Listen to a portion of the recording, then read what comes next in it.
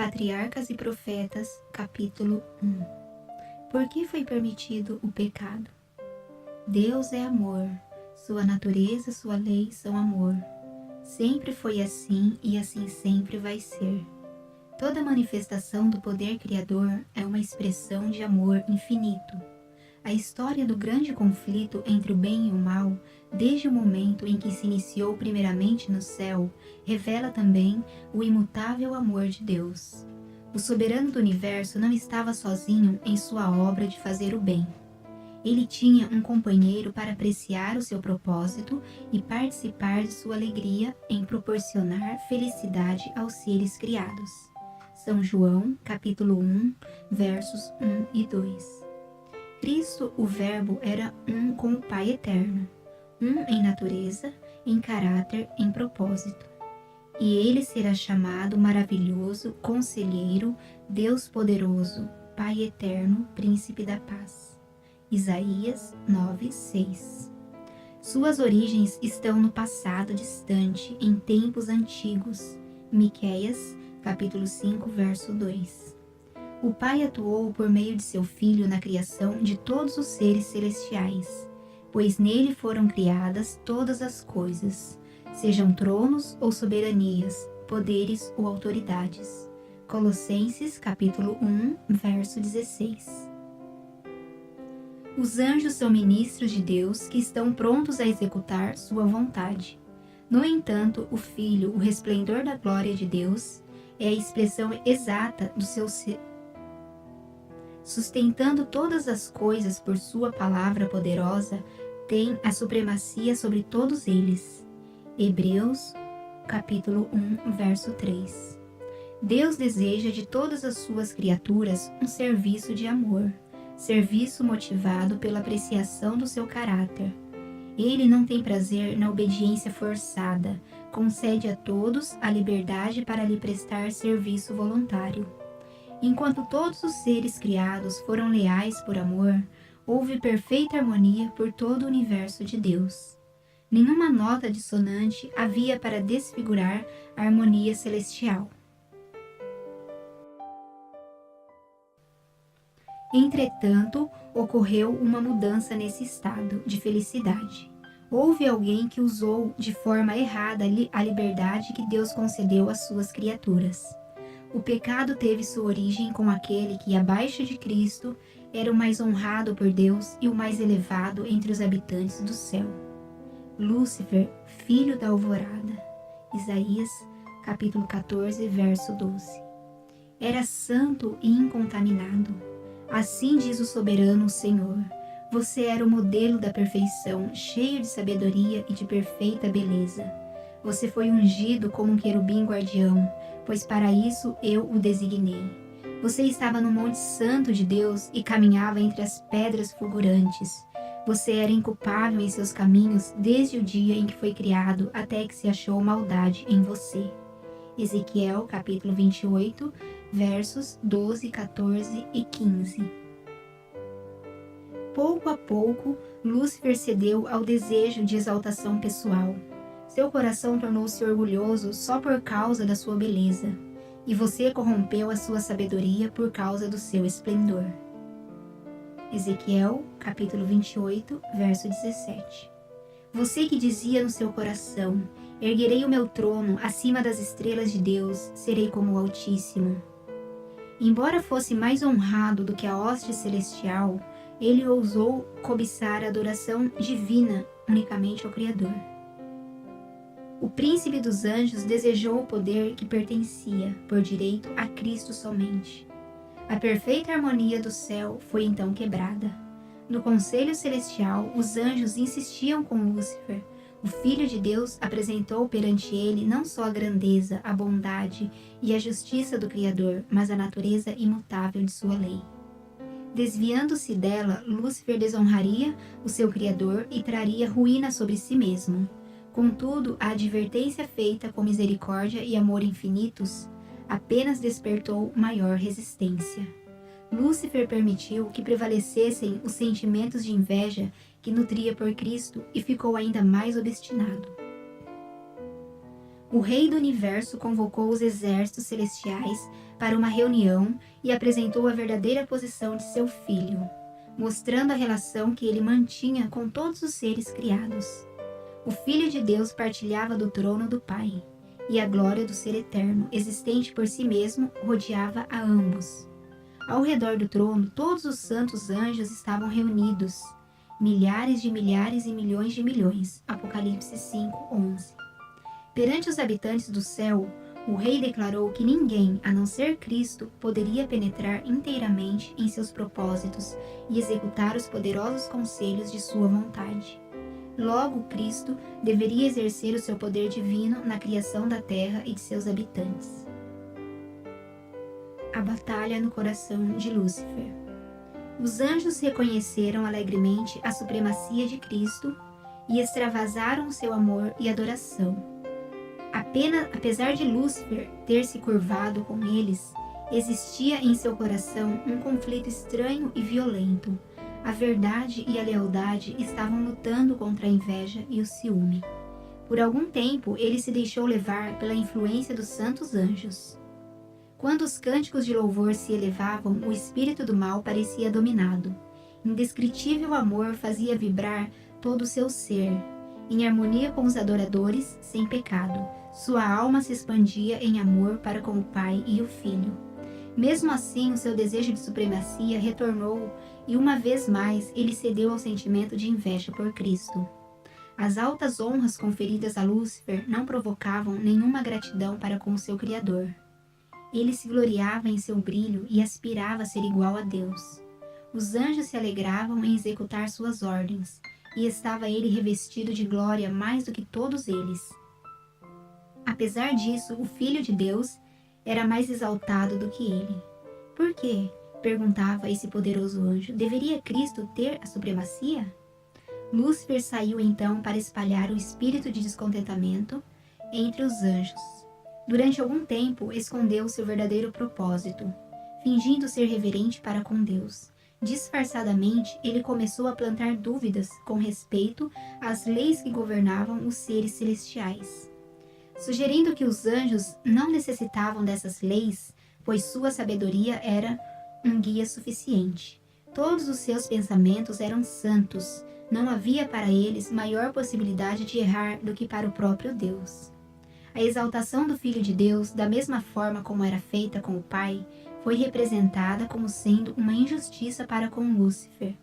Se esse príncipe dos anjos pudesse tão somente alcançar a sua verdadeira e elevada posição, grande bem resultaria para todo o exército do céu, pois era o seu propósito conseguir liberdade para todos. Enganos sutis foram rapidamente ganhando terreno nas cortes celestiais por meio dos planos perversos de Lúcifer. A verdadeira posição do Filho de Deus tinha sido a mesma, desde o princípio. No entanto, muitos dos anjos ficaram cegos devido aos enganos de Lúcifer. Infiltrou na mente deles a desconfiança e o descontentamento de forma tão astuta que não perceberam o que ele estava fazendo. Lúcifer apresentou os propósitos de Deus sob uma falsa luz para que os anjos ficassem, pouco a pouco, aborrecidos e insatisfeitos. Ao mesmo tempo que alegava ser totalmente leal a Deus, insistia em afirmar que mudanças eram necessárias para a estabilidade do governo divino. Assim, enquanto promovia a discórdia, as escondidas e a rebelião, ele fazia parecer que o seu único objetivo era promover a lealdade e preservar a harmonia e a paz. Embora não houvesse uma rebelião declarada, a divisão de sentimentos crescia gradualmente entre os anjos. Alguns olhavam com simpatia para as críticas e sugestões sutis de Lúcifer. Eles estavam descontentes, infelizes e insatisfeitos com o propósito de Deus em exaltar a Cristo. Entretanto, os anjos que eram leais defenderam a sabedoria e a justiça do decreto divino. Cristo era o Filho de Deus, um com ele antes que os anjos fossem chamados à existência. Ele sempre estivera à direita do Pai. Por que precisava haver discórdia agora? Deus foi muito paciente com Lúcifer. O espírito de descontentamento era um elemento novo, estranho e inexplicável. O próprio Lúcifer não percebeu para onde estava sendo levado. Mesmo assim, esforços que somente o amor e a sabedoria infinitos poderiam revelar foram feitos para convencê-lo de seu erro. Ele foi levado a ver qual seria o resultado de persistir em revolta. Lúcifer estava convencido de que não tinha razão. Viu que o Senhor é justo em todos os seus caminhos e é bondoso em tudo o que faz. Salmos, capítulo 145, verso 17. Que os estatutos divinos são justos e que, como tais, ele os deveria reconhecer diante de todo o céu.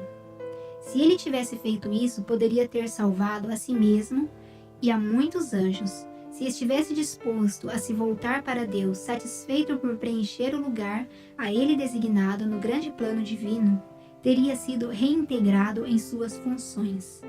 Havia chegado o tempo para uma decisão final. Deveria se render à soberania divina, ou se colocar em rebelião aberta. Quase chegou a decisão de voltar, mas o orgulho o impediu. Era um sacrifício grande demais para quem foi tão altamente honrado. Confessar que tinha cometido um erro. Lúcifer apontou a longanimidade de Deus como uma prova da superioridade de si mesmo e não do Criador. Uma indicação de que o Rei do Universo aceitaria suas condições.